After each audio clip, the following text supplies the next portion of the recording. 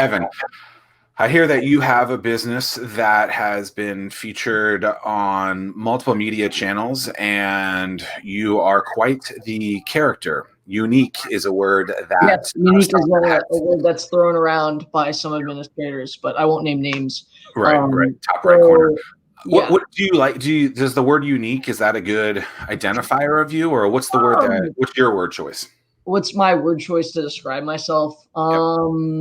I don't know. That's kind of tough. That kind of reminds me of this thing in like freshman year where they're like, use like one adjective to describe you that starts with like the first letter of your name. I can't even remember. It was like, I forgot what the word meant, but it was something like mysterious, but it started with an E.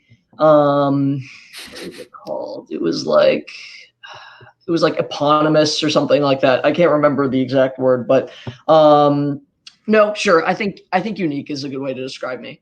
There you go. Sure, why not? I'll take it. So what got you into kind of the business world? How did you kind of get introduced to it? And then what are you working on?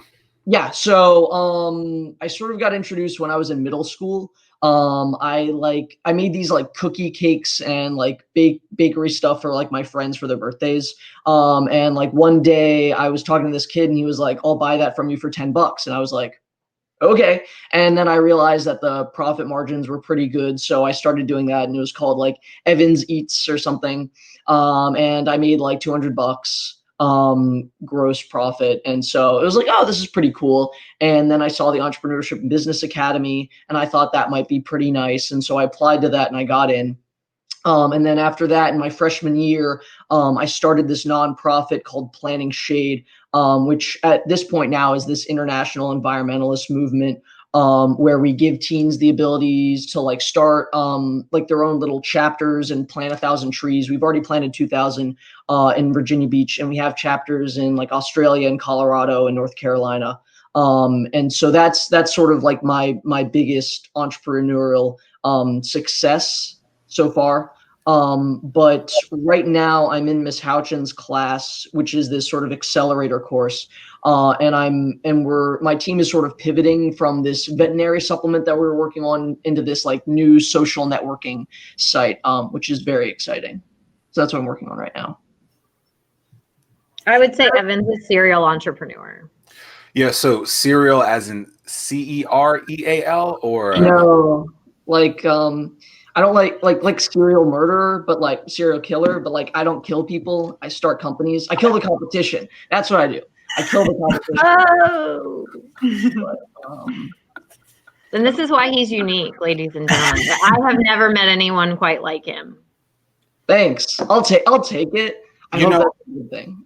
I believe that the people who seem to, if you were to really look at some of the most successful people in the world, they're all very unique and very, very, very much like an anomaly. And I think that's like your book, Anomaly. Exactly. That's crazy. It's just so happens to be right here. A little.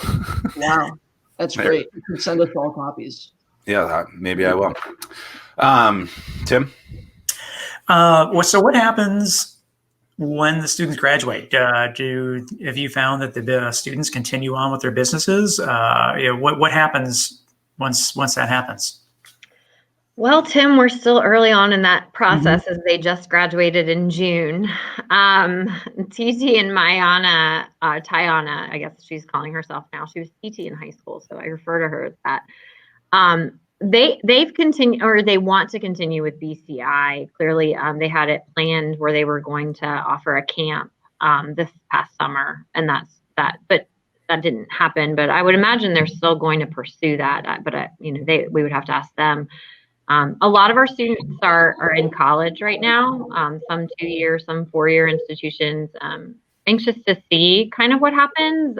It'd be good to come back in 5 years and kind of see where they are now and what our students have done. It's a little early to project what's actually going to come from all of this. Yeah, one thing that I want to, both Mayana, Tiana, and Evan, they brought up something that was really interesting. So slushies. What you just went out and did it. I mean, how much time did you spend on what flavor do I come out with, or did you just roll with it and see what people wanted? Well, I don't know about Evan, but me and Mayana really just went to Food Lion and just did a whole bunch of stuff.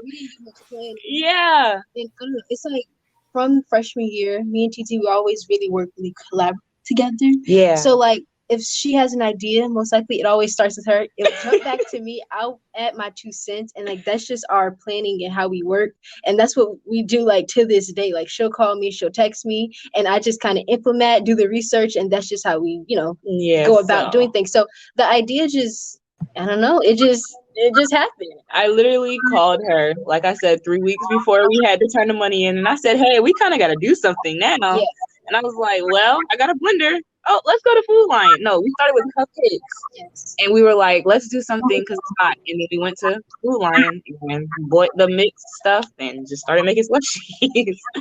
Everybody loved it. They would always, the customers that would come, they would come like 3 times a day, 2 times a day. They would give us their like forte, like, mix it with this. Yeah, mix it with that, mix it with that. So we did what they like, and more people started to just buy it. And I think that's what we learned in Entrepreneur as well. Like, yeah.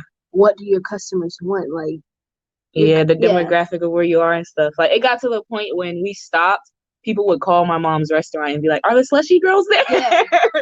And she wanted me to come back, but that wasn't happening. Evan, what about you? Yeah, I mean, I don't know. I was in middle school, and I guess I had a penchant for baking then. And so I just, I made like cookie cakes, and everyone liked those. And then I like did other stuff. It was all very like standard. Like I just got like chocolate, vanilla, like cookie cake, and I would make this thing called Cake Apocalypse. And I still make like everyone in my family, like this is what like we make them like for their birthday. It's like a layer of vanilla, a layer of brownie cake, and then a layer of cookie cake. And it's like this 9-inch cake, and we make our own icing. It's this whole thing. But everyone, like all the customers, like all the students, like they were familiar with all the flavors, and so they just told me what they wanted, and I got it for them relatively quickly and inexpensively. And so in terms of that, at least, it was very lean startup, as Ms. Houchins likes to say. Interesting.